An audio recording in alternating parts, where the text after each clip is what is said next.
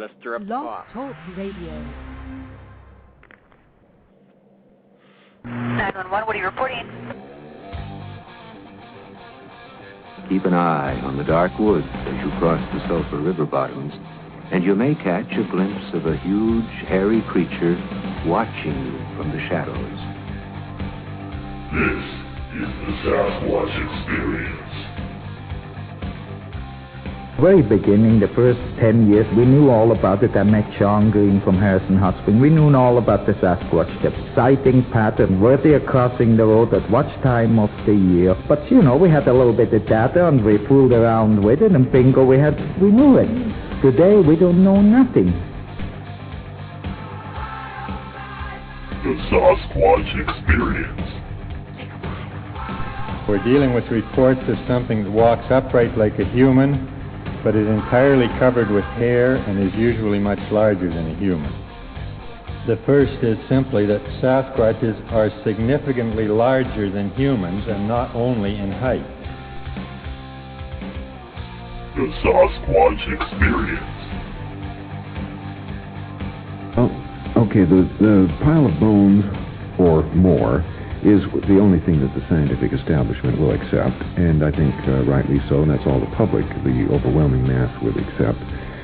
Now, the reason why it hasn't been found is quite simply the same reason why any other large, rare animal is not found. People just don't find skeletons of these animals when they die a natural death. And so far, no one has come forward and acknowledged having shot or otherwise killed a Sasquatch. Now, I wouldn't be a bit surprised if somebody has, and I'm hoping that somebody like that will come out of the woodwork now and admit to it, and we can go to the site. If we can find just a few bones, then the mystery is solved forever.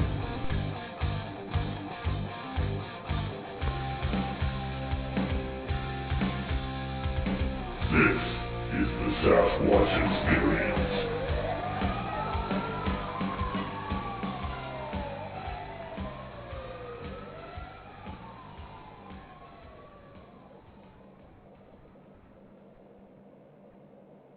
And good evening, ladies and gentlemen. This is the Sasquatch Experience for Thursday, January 28th, 2010. Now, we got a great show for you guys tonight. We got a great guest. But first of all, we want to get to a little bit of news. Those of you who have the National Geographic Channel may have caught that new special that was on the other night, the American Paranormal Bigfoot, which I thought was quite good. I thought it was definitely a complete 180 from the first National Geographic Bigfoot special, and it was much better, I thought. Featured Dr. Jeff Meldrum and Bill Munns and John Myanzinski. Now, my only gripe with it, and I gave the special a 4 out of 5 stars. My only gripe with it is there was too much focus on the Patterson-Gimlin film. I would much prefer to have seen much more focus on the research done by Dr. Meldrum and John Myanzinski, but otherwise, I thought it was a very well done special, and I thought that it was, again, a complete 180 from their first effort, the first effort that National Geographic undertook, as it were. I say, as far as any other news, I guess there's not really a whole lot else going on in the Bigfoot field. There have been, of course, your usual mixture of supposed film footages, supposed videos, supposed photographs, and things like that, but that's about it. Just not a whole lot going on. There have, of course, been some reports, some newer reports, on some of the databases and things of that nature. But anyway, we want to focus on, we're going to take you back to the state of Ohio. We had Melissa Hovey on last week, who is also from Ohio, and she was a great guest. And this week we have probably the most prominent Sasquatcher from the state of Ohio, that being Mr. Don Keating. Those of you who are familiar with our program, you've heard Don on this program before, plus he has his own program, the Sasquatch Triangle, which airs on Wednesday nights, bi-weekly at 9 Eastern, 8 Central. And he's got a conference coming up, his 22nd annual, and we're going to let him tell you a little bit about that. First of all, Don, welcome to the Sasquatch Experience again. Hey, good evening, Henry. Thanks for having me on. I appreciate the invite. No problem at all. And we do have a listener on the line. I know who it is, so I'm not going to bring them on, but I'm just going to say, hey, Nancy. I know it's Nancy. I recognize the number. Oh, no, she's here. Yeah, she's listening in tonight. Wait, I'm sorry. That's your girlfriend. I forgot. That's right. That's right. Yeah. I don't want to stir the pot. Anyhow, yeah, Don, you've got your 22nd annual Bigfoot Conference and Expo coming up in May, and I know there's some exciting stuff going on for that. So why don't you tell us a little bit about it? Yeah, that's what I've been told. The weekend of May 14th to 16th, we have the, as you said, 22nd annual Bigfoot Conference Expo. Once again at Salt Fork State Park, or near Cambridge, Ohio, in Guernsey County, Ohio, in the rolling hills of eastern Ohio, on the foothills of the Allegheny Mountains. And we've got, as of now, we have 3 speakers scheduled, or guest speakers, or guests, or whatever you would like to call them. We had 4, but the one had to cancel, and I'll tell you why in just excuse me, just a few moments. It's a very legitimate reason, by the way. But the first, of course, is going to be a fellow by the name of Rob McConnell. Now, Rob is a talk show host from Ontario, Canada, and he hosts his show called The X Zone, and it is an international sensation. And I thought it would be interesting to have someone in here that not only talks to countless researchers and eyewitnesses and investigators about Bigfoot and all things paranormal, so that people could pick his brains on, maybe they have a question like, well, do you think UFOs and Bigfoot are connected? Well, ask Rob. He's talked to a lot of people, and some of them, I'm sure, have had the opinion one way or the other.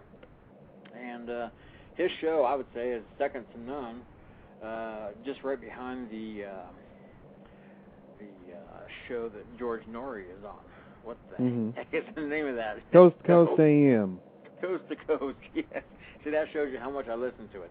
I don't. I sleep. I work. So I can't. But thank you for filling in the blanks for me, Henry. Yeah, so Rob McConnell is going to be here. And then we've got a fellow of whom you've met, but I have never yet to this point in time, but will in May. And his name is Tom Yamarone. Yeah. And, he's a singer-songwriter and a Bigfoot investigator / researcher from California. And Tom is going to come out and entertain the troops, so to speak. And he's going to be here for the entire weekend. In fact, I think he's leaving Monday, so we're going to have a lot of fun with Tom. And he's going to bring some auction items with him that have been designed by some rather famous people in the Bigfoot community. So that's going to be fun to see what he has to bring out. And then the third person that we have lined up, which is one that I never in my wildest imaginations thought I would get, but through some other people who have some higher contacts, apparently, than what I do, and I don't have the highest of contacts, don't think that I do, this person was able to get not only Tom, but another person. And the idea was that if the other person agreed to come out, Tom would come with him. And the other person is the one that I'm talking about. He's the second half of the Patterson-Gimlin film. And we're talking about, of course, Bob Gimlin. The way I understand it, Bob will talk for a very brief period of time, 10, 15 minutes, telling about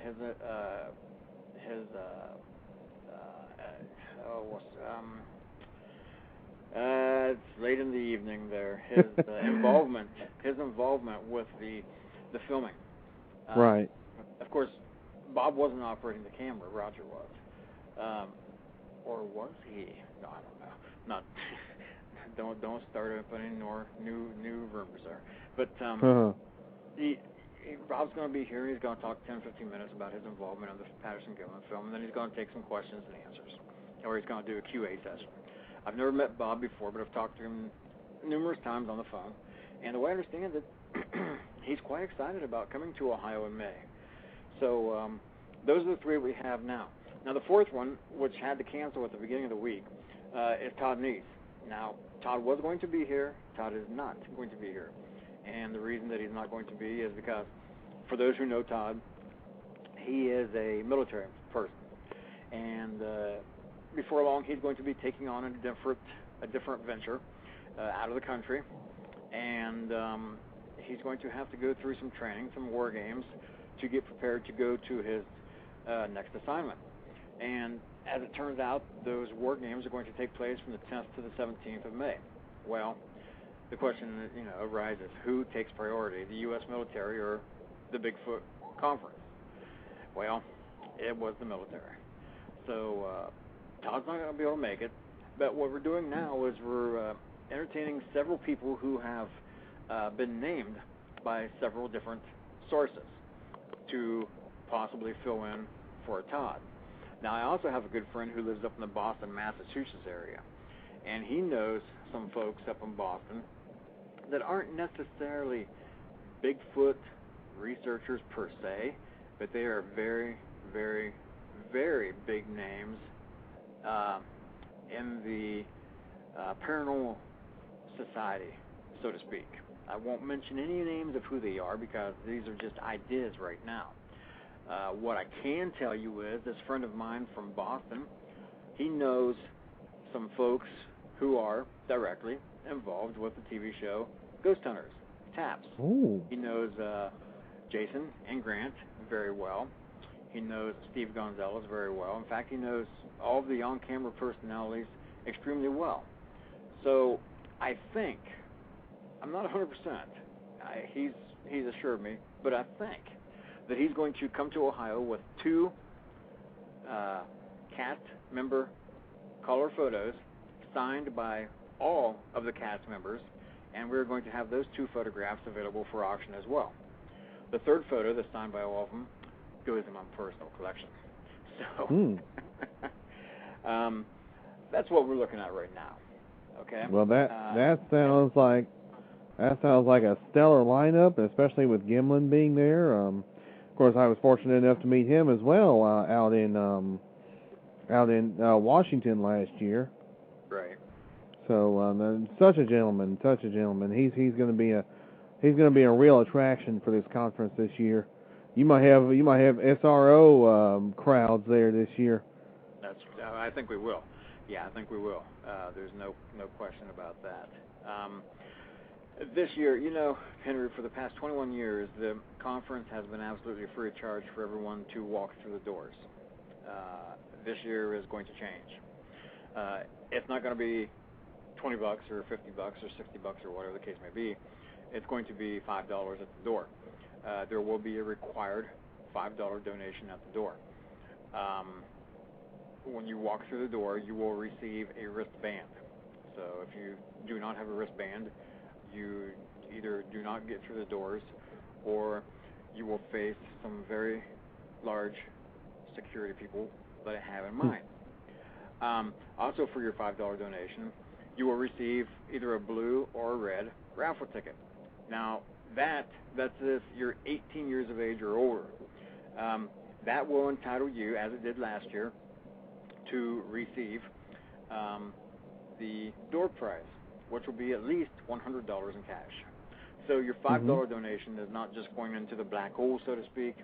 It's giving you the opportunity to win some much-needed cash. Cool. Yes. I thought so. Here's my idea. That sounds like a great idea. We do have a question from our good friend Bill Green. He's asking, are you looking at possible new Sasquatch Forest locations, or are you bringing Sasquatch Triangle Radio back? Yes, and probably not. I mean, sometime in March or April, I'll have a couple of special shows on the Sasquatch Triangle Blog Talk Show. But, Bill, to be quite frank about it, at this point in time, since I've taken a hiatus off of the show for a couple or 3 months, and I don't honestly remember how long it's been since I've been on, the first thing is I don't miss it. And if you don't miss it, it wasn't a priority to begin with. I just, as you know, Henry, and anybody else who has hosted an internet show in the past, you fight tooth and nail week after week, or every other week after every other week, to get quality guests on, to get a large number of people to listen to your show, either on the archives or live or in the chat room. And, you know, it's just one of those things where, like I said, I don't miss it. Even at this point in time, sitting here talking to you, I don't miss doing that show at all. I know a lot of people do miss it because I've received the emails, and I appreciate that more than you know.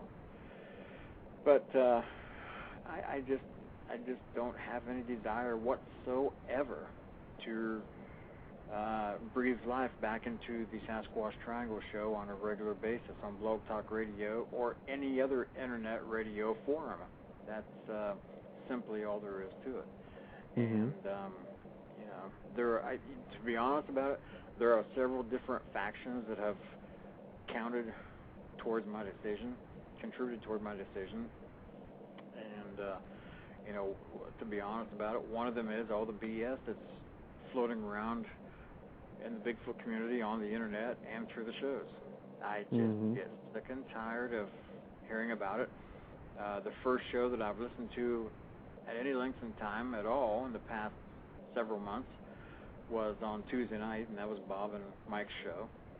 And other than that, I haven't listened to the shows at all, even when someone was going to be on a show that I know very well.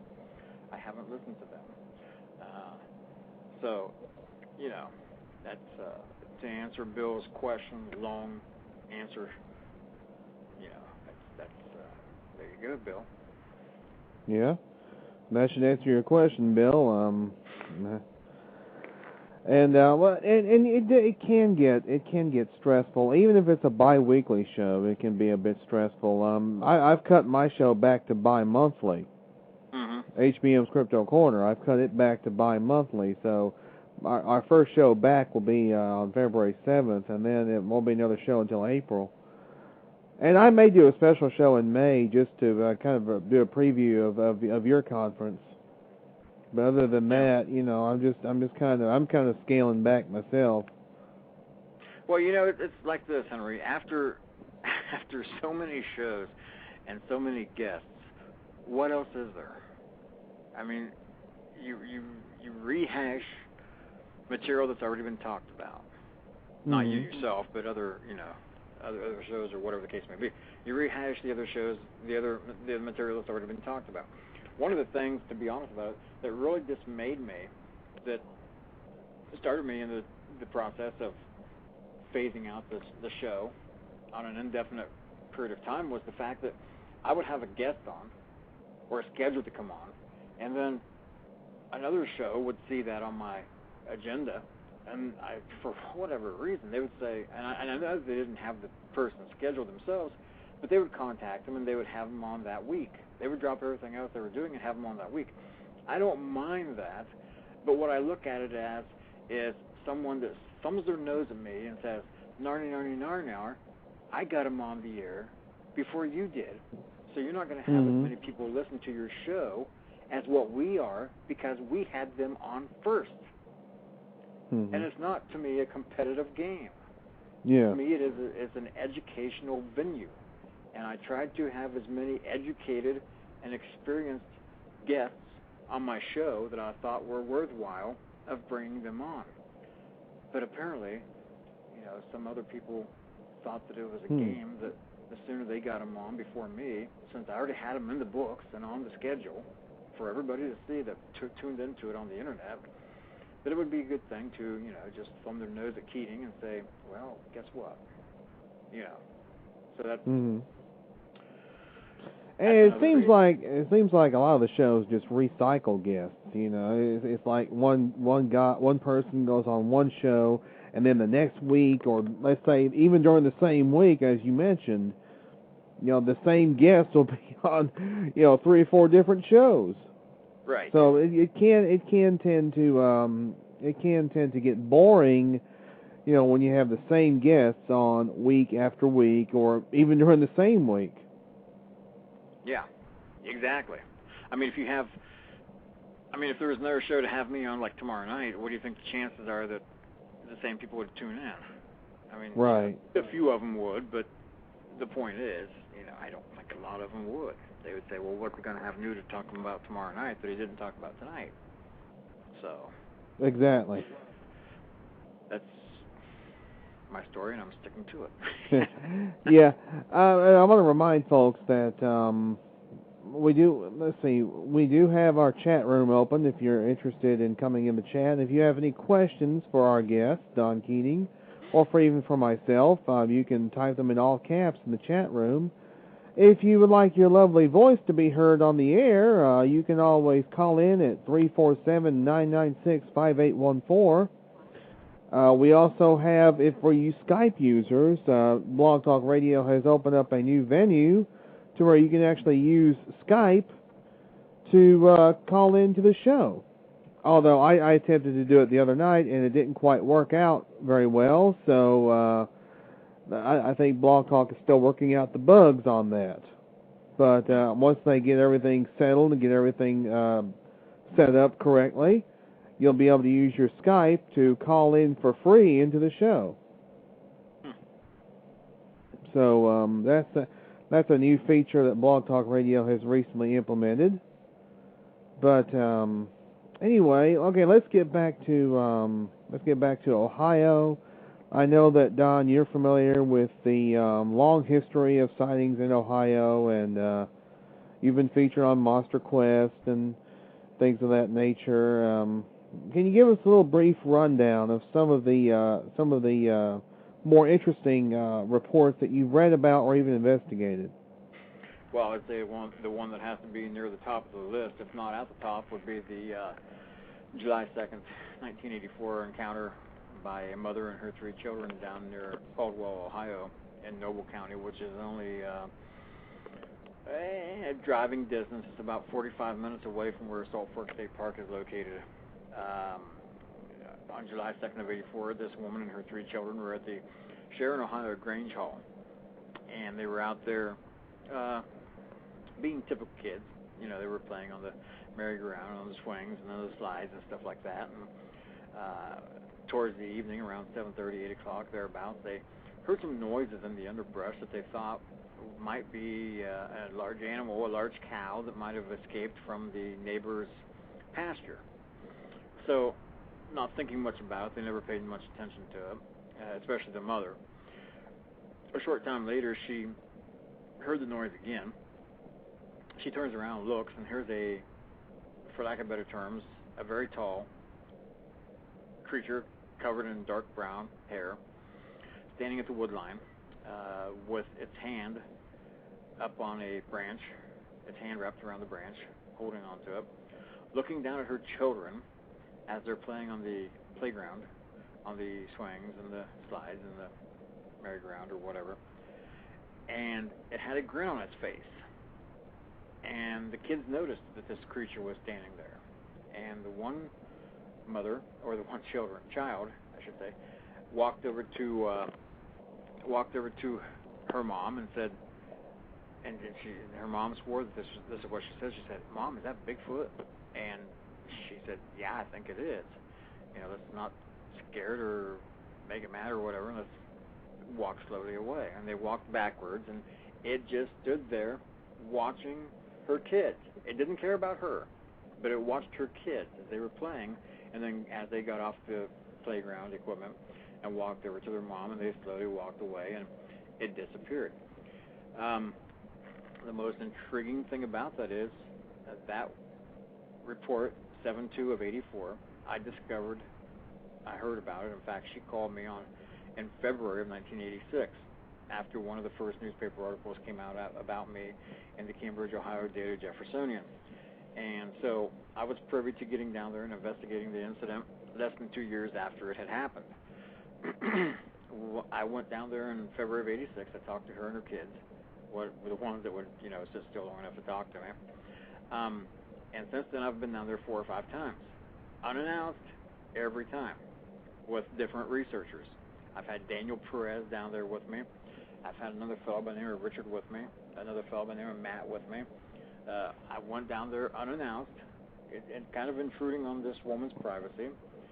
But, excuse me, every time I've gone down there, she has been willing to talk to the investigators that were with me. Her story does not change at all. It is 99.5% the same, verbatim.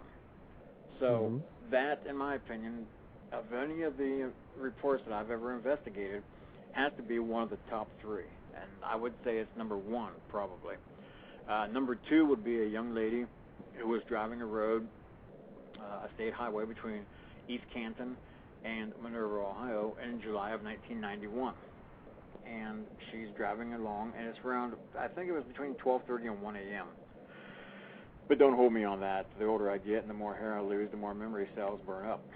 So she's driving down the road, and she sees this thing at first standing in the middle of the road, and she thinks that possibly it's a person dressed in all dark. And this was in July of 91. The closer she got, the more she thought, well, if the person's dressed in all dark, why are they standing in the middle of the road when it's a highway that has a speed limit of 55 and they could easily be wiped off the face of the earth in no time at all? And she got so close to this thing that she was able to pull up to it and stop her vehicle as it stood there, facing her vehicle. Now, she didn't get a good look at the face, to my recollection, but she did get a good look at it from probably the chest area down to around the knee area. It was quite tall, covered with dark, very dark hair, probably black. I don't recall, she said, if it was matted or smooth looking hair. But the one thing that stuck out to her, which I still remember from investigating this so many years ago, was that as it stood there, its hands were both to its side, and as they were, its hands, the palm of its hands and its fingers were stretched out, as a typical human would be, and the palms, both palms, were pointed in the vehicle's direction.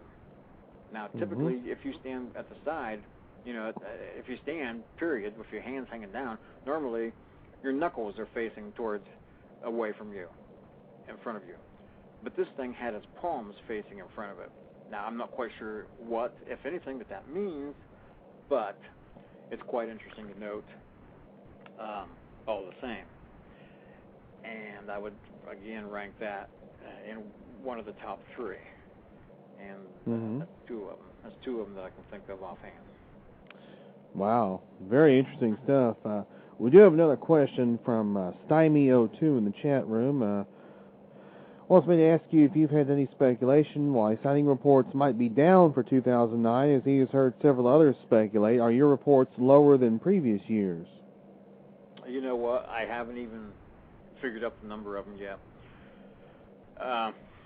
There are so many different reasons as to why reports could be higher or lower than previous years. It's all, as he says, it's all speculation. I think one of the reasons is, to be honest about it, and I'll step on some toes. I've done it before, and I'm probably going to do it again. Some researchers, so-called researchers or investigators, they get these reports of sightings. They drool. They type them up. They put them in their computer data bank, and they leave them there. They don't circulate them. Right. I've said 25 years ago, and I'll say today, what in Sam Hill good does it do the Bigfoot community if you take the reports, stick them in your data bank or in your filing cabinet or whatever the case may be, and you leave them there without doing any type of analytical work to that information? And every report has a boatload of material that could be learned from it, and B, without circulating that information amongst Bigfoot researchers or investigators in your certain geographical location. And C, why in the Sam Hill is it so difficult for people in their own state to cooperate with other investigators or researchers within the geographical boundaries of their own state? What in the world ever made this a competitive sport as compared to trying to find the real answer to whether or not this darn animal was out there. And as far as my speculation as to why or why not reports go up or down, one of them being an amateur meteorologist, one of those reasons I am fairly convinced is it has to do with either how hot it is or how dry it is during any given summer. And that has an awful lot to do with whether or not sightings increase or decrease. Mm-hmm. That's my opinion. Yeah, and that's a good point, and I think it really speaks to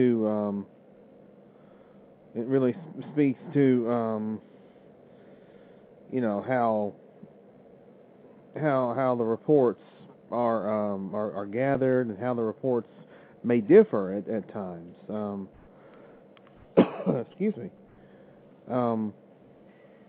Now, one of the more interesting cases that, or some of the more interesting cases that I've seen on some of your early documentaries were some of the folks who have been by a lake or more in an area, and all of a sudden they have large rocks hit the lake, or they have large rocks going over the power poles and then landing close to them. Mm-hmm. I find those to be quite interesting, and I'll tell you what, if that was me, I'd be out of there. That's happened more than once. That's happened several times in several different locations throughout Ohio. This doesn't have anything to do with the rock incident, but this has to do with the phenomenon known as wood on wood.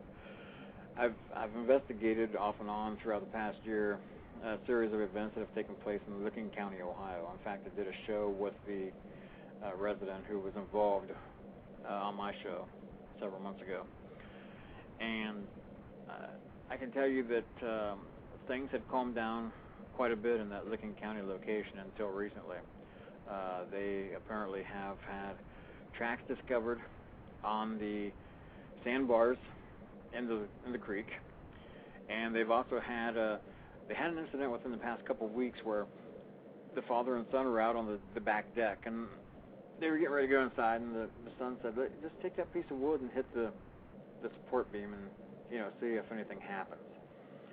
Well, they did, and of course they didn't expect anything to happen, and after the first time, nothing did happen. So a few minutes later, they did it again, and they were getting ready to go in the house, and lo and behold, across their backyard, across the creek, up the hill on the back side of the creek, and at the top of the hill, a very loud, definitive single smack of what they swear to be wood on wood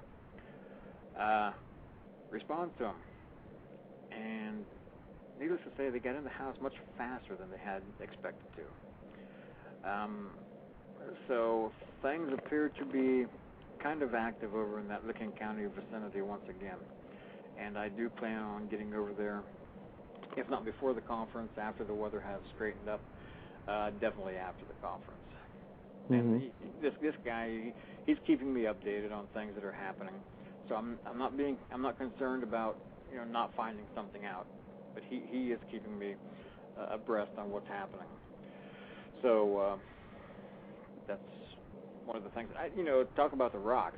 There was a location outside of New Cumberstown in 1990 that was known as the Lick Run area, the Lick Run incidents, and I found out through a lot of investigative work and a lot of personal experiences that a whole lot of the stuff that happened out there was probably hoaxed.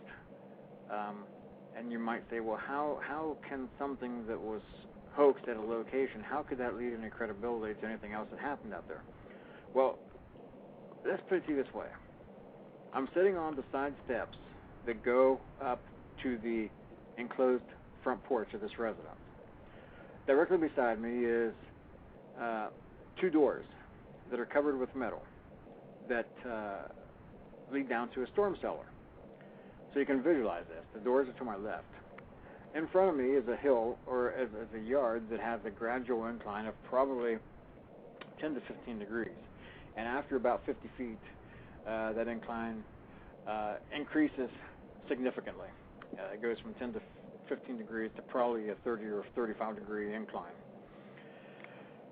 Sitting there with no one else around, everyone else in the house, no one outside, lo and behold, here comes, from who knows where, and the nearest wood line is about 75 to 100 feet away, minimum, a object that can only be described as about a soccer to basketball sized rock that flew out of the wood line, apparently, from somewhere in the dark, and it lands on the storm cellar doors directly beside me.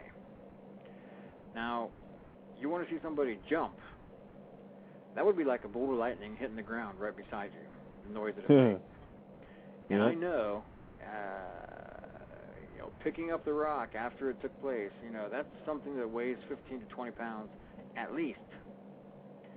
And for it to go that distance, and, that's definitely something that makes you sit back and go, what had the ability to do this? So that's another one of the interesting things about, you mentioned rocks, and that's not a little marble sized or a little baseball sized or tennis ball sized rock. That was a pretty good sized rock, and I don't care to be that close to one landing on the ground ever again. Oh, indeed. We have another question from Bill Green. Are you going to other conferences or speaking events? Yeah. In April of this year, and I'll have to put the link up on my website. It'll be mentioned in my newsletter here shortly.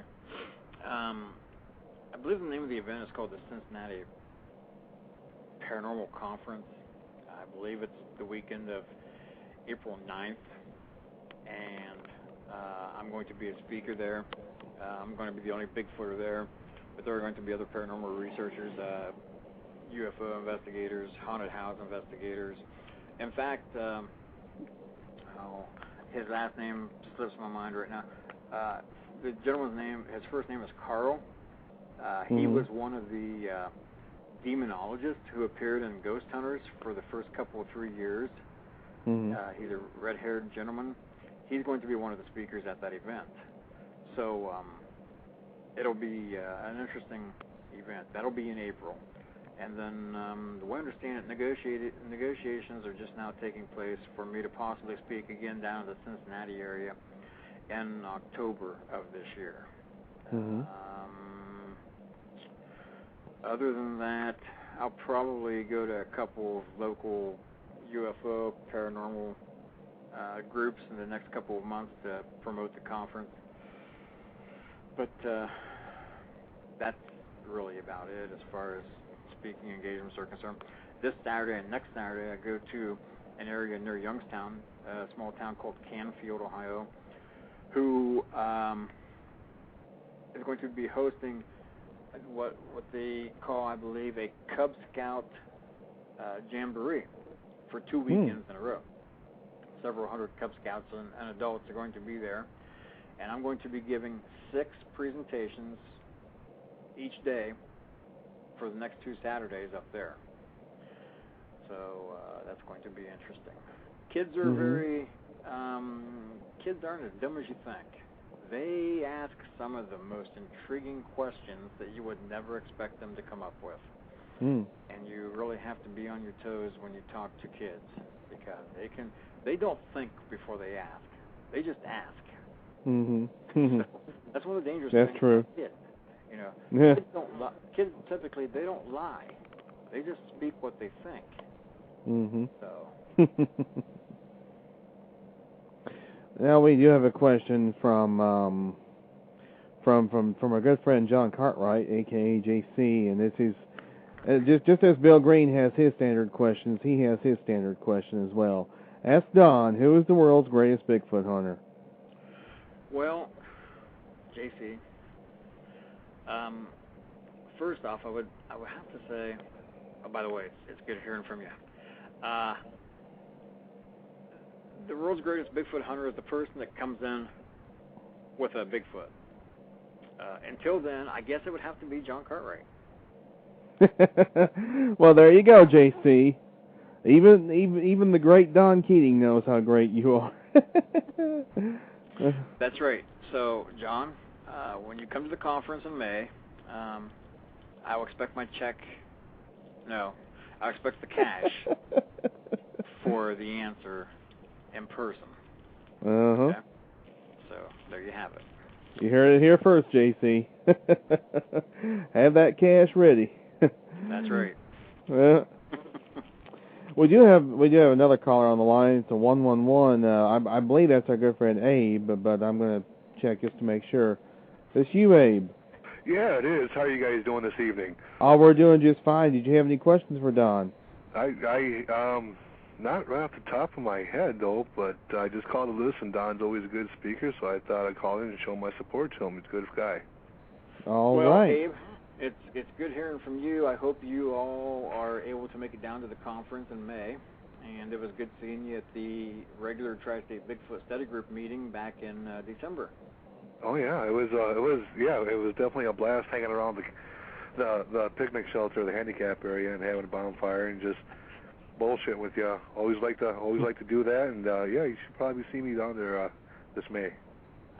Abe, I hope when you come down in May that you don't come down for the conference, attend it, and then go back home so quickly. Oh no, I plan on hopefully being down there the 14th, 15th, and 16th, and maybe leaving the 17th or the night of the 16th. Good. Yeah, if you don't know Abe, he God bless him, good guy. He comes to the meetings. He drives all the way down from Minnesota. He attends the meetings with whomever is with him. They do a little footing out in the forest, primeval of Salt Fork Park, or adjoining areas after the meeting is over, and then they go back to Minnesota. So it's pretty brave and thing that they do. They're diehard footers. Well, appreciate that, Don. Thank you so much. That definitely means a lot. Definitely appreciate that. Thank you again. Well, thank you, Abe. Hey, not a problem. Other than that, Henry, if you'd just like to put me on mute, I'd appreciate that. Thank you again, Don, for the kind words. And yeah, you'll see me down there just May. All right. And I'm looking forward to being there myself, Abe. So I'll see you there too. I'm going to make it. I'm going to make it. You got the financial situation worked out, huh? Yeah. Good. Well, that's good to hear. How good. It's going to be good to see you. We're going to have to get you on that hill again. Oh yeah. Boy, that was a steep hill. All right, Abe. We're going to put you back on mute, man. Thank you. Talk to you guys later. Thanks, Abe. And just to be fair, we're going to bring 304 on. I know who it is. Oop, well, Nancy? Put him on mute again. I hate the switchboard sometimes. Nancy? Hey, sexy. Oh, hey, honey. I got my friend Nick on here tonight. Yeah. Just wanted to bring you on for a little bit. I just got three. I've been loving listening to your voice. I know. Three words for you guys. Hi, Dawn. Hi, Nancy. I got 3 words for you guys. Get a room. You can? No. No, I'm not. Anything I don't get the advantage of having the, well, anyway, no, I'm not. So, what's your question or comment for me, Nancy? I know you have one. Every time I'm out there at Salt Fork, you talk my ear off. Oh, look who's talking. You're the one that yaks all the time. Dawn's my Cambridge BFF. Yeah. So, yeah. Well, Nancy, did you have anything? No, I'm just calling and listening in. Okay. Nancy, she always has something. I just, for the cat to have her tongue is unheard of. Oh my goodness. Later. What'd you say? I said but I'll deal with you later. See, the advantage of it, Henry, is I live a lot closer, so you're out of luck. Yeah, I know. See, Don thinks I go up there stalking Bigfoot. I'm really up there stalking him. Looking forward to it, Nancy, darling. Yep. Yeah, Don's easier to find. He's always hanging out at Benny's. I try to. Okay, Nancy. Yeah, I'm going to put you on mute. Love you, honey. Okay, thanks, guys. Later. That's our good friend Nancy 1WV. She oh yeah. She's a good gal, and let's see, she doesn't live very far from Salt Fork at all. She's right in the She's about an hour and a half. Yeah. Yeah, she's in the Panhandle of West Virginia. Yeah. Just across the river from Steubenville, Ohio. So if anybody knows that geographical area, all they got to do is hop on US Route 22 and take an hour and a half drive, and they're there. So it's always good to see her and Bernie. They've been over here quite a few times this winter, and I haven't been able to make it out there for one reason or the other. But last couple of times they've been here, I was able to make it out. So it's good to see.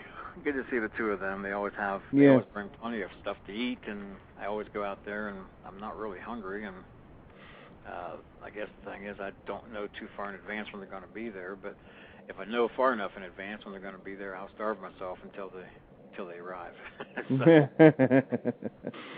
Now, speaking of Salt Fork State Park, it has a rather interesting history of reports and sightings. And you've written actually a couple of you've written a couple of ebooks about it. You even did a documentary about it last year. Yeah.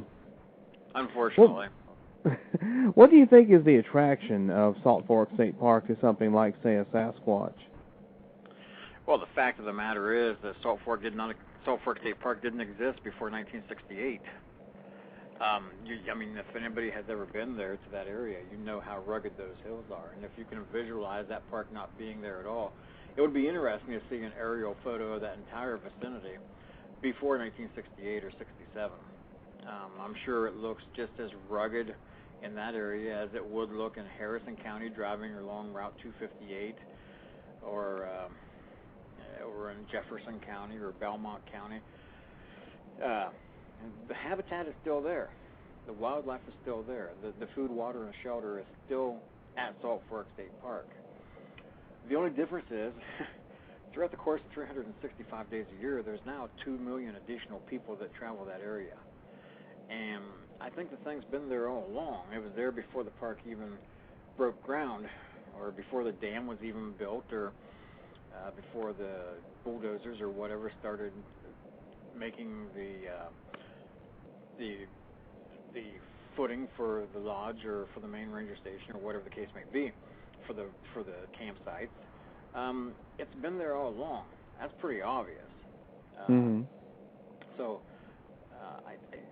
it's just the lay of the land, the natural resources that are available out there for any wild animal to exist, including a Sasquatch, were there before and they are there now. And I think that's basically what the draw is. They're just doing what any animal does to exist, and that is they exist. They do what they have to do.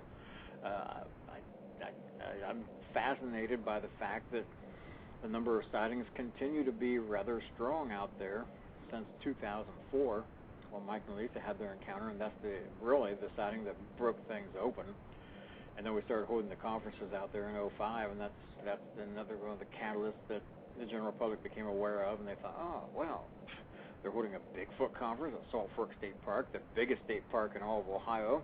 There must be something to those reports out there, and that thing that I spotted, let's tell somebody about it. So that's basically my answer to your question. All right, and I believe Nancy's got her hand up. She may want to chime in with something. Nancy, did you want to say something? Yeah, I'm giving Dawn 24-hour notice. We'll be there tomorrow. You'll be there tomorrow evening? I don't know if I'll be there very long, if at all, tomorrow evening, because I got to get up like early Saturday morning to go up to Youngstown. What about Saturday night? Saturday night I'll be on my way back, and if I'm not dead tired, I'll make it out there. But you're going to be awfully hungry because you said you were starving yourself, but you came back up there to eat. Yeah, I know. Well, there's a lot of restaurants between Canfield and Salt Fork. I'm sure there's a lot of Denny's. Yeah. Well, if I hit a restaurant on the way back, I'll stop at White Castle in Akron. Get some sliders. Huh? Get some sliders. Forget. I get the cheese. I get the cheeseburgers without pickle, and the onion chips. Better than the cheese. Without cheese. Yeah, they got plenty of cheese on them. Okay, well, we're going to head up there tomorrow night, so if you can stop up. Bring the seat. Okay. Thank you. Alrighty. I appreciate it. Henry, all I love right. She wants you to hang her up. Okay. Put her on mute. So.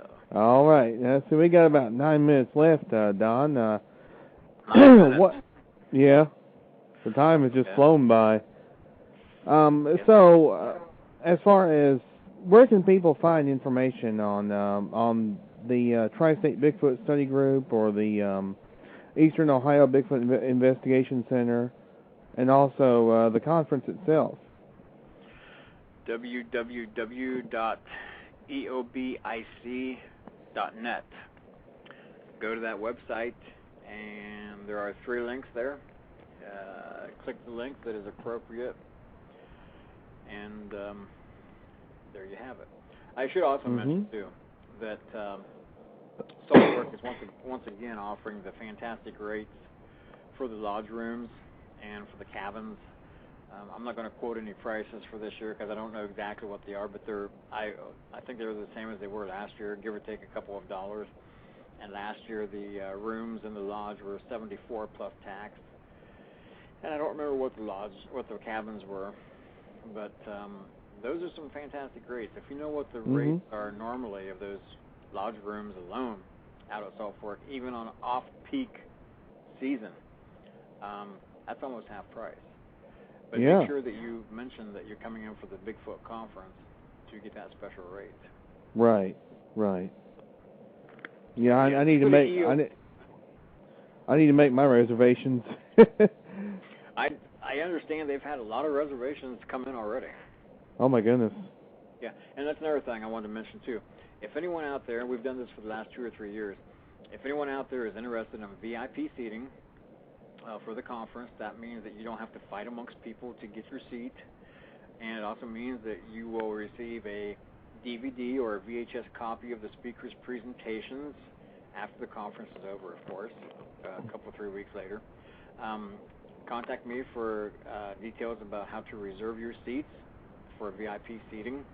The front row, which is 24 seats, are almost gone. So, and that's not even the end of January yet.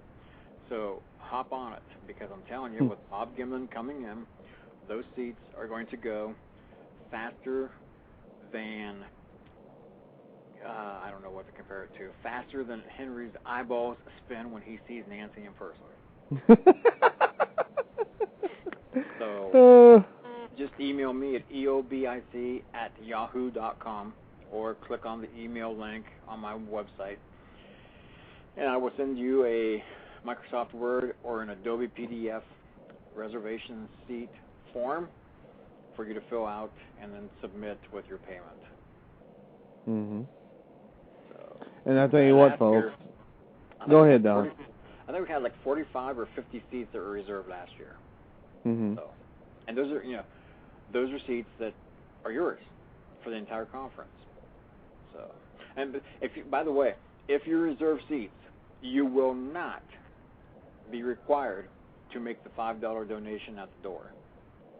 I'm not going to double dip on somebody. I'm not that kind of a person. Although some people say I'm a total prick, but that's the point. Yes, I'll tell you what, folks. This is Blog Talk Radio, so you can get away with saying that. Yeah, that's right. And I'll tell you what, folks, those of you who attended the Yakima event last year, I mean, it was an overflow crowd pretty much. So, Yeah, get your seats early, especially with Gimlin there. Oh my gosh. Well, you know, Bob's never given a presentation east of the Mississippi, and this will be the first time for that. And Bob's True. up there in age, you know. Let's admit it. Bob's not a young guy anymore. He's probably Right. close to 80 years of age. He'll be 80 next year. Right. So, you know, hop on this once in a lifetime opportunity. Mm-hmm. If you live within a couple hundred miles of Southfork, you know, hey, I can't do much more than other than drive him to your doorstep to say hello. We're bringing in one of the iconic names in the Bigfoot community. We're bringing absolutely. He is the only living eyewitness to what may be the greatest anthropological event of our lifetime. So get your butts to the conference to see him. Mm-hmm. I can't be more blunt than that. Yeah, Abe has his hand up, so I'm sure he's got something to say. Tired. What you got to say, Abe? Well, Don is pertaining to the VIP seating save for an example. I'll use myself an example. If I were to rent 3 seats, would I have to pay $5 and the 2 people that I brought as well? No. Okay. Just making things clear. That right. was it. You don't have to do that. I'm not a total dick. I mean, some people say I am, but that's beside the point. Who cares what Nancy says? I know.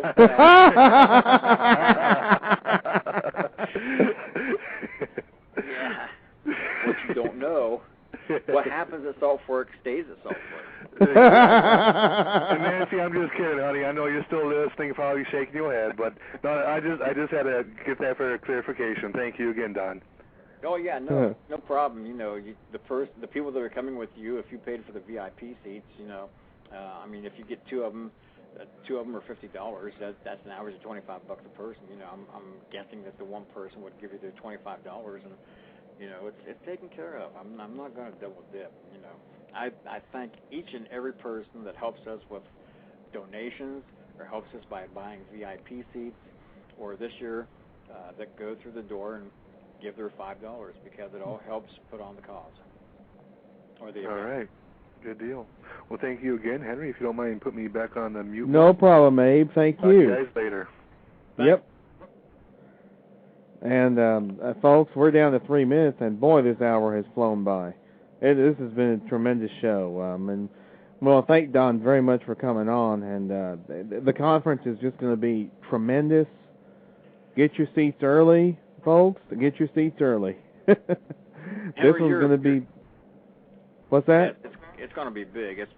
Our record attendance is 440, and the only thing that may keep us from breaking that this year is the fact that you know, the seats are limited, and you know, frankly, you know, the past several years that we've held the conference at Salt Fork, you've been able to stand outside of the double doors and look through the doors. This year, unless they tell us to keep the doors open, you're not going to be able to do that after it starts because I'm going to have those doors shut. But well, you heard it, folks. Yeah, you're on Facebook. You're on Facebook, yeah. Right? You've got me listed as one of your friends. Yep. Okay. Well, under that well-known Bigfooters that I've met, keep your eyes open on that photo album because there's going to be a picture in there before long that you recognize. Oh. Okay. Any final things for me while your time is ticking away?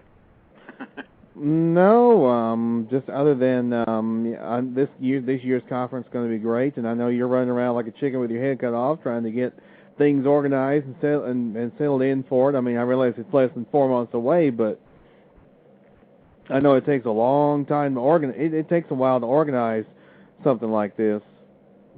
It does. Yeah. And a lot of work. And let me be quite bold and frank and honest once again. And I say this from the bottom of my heart.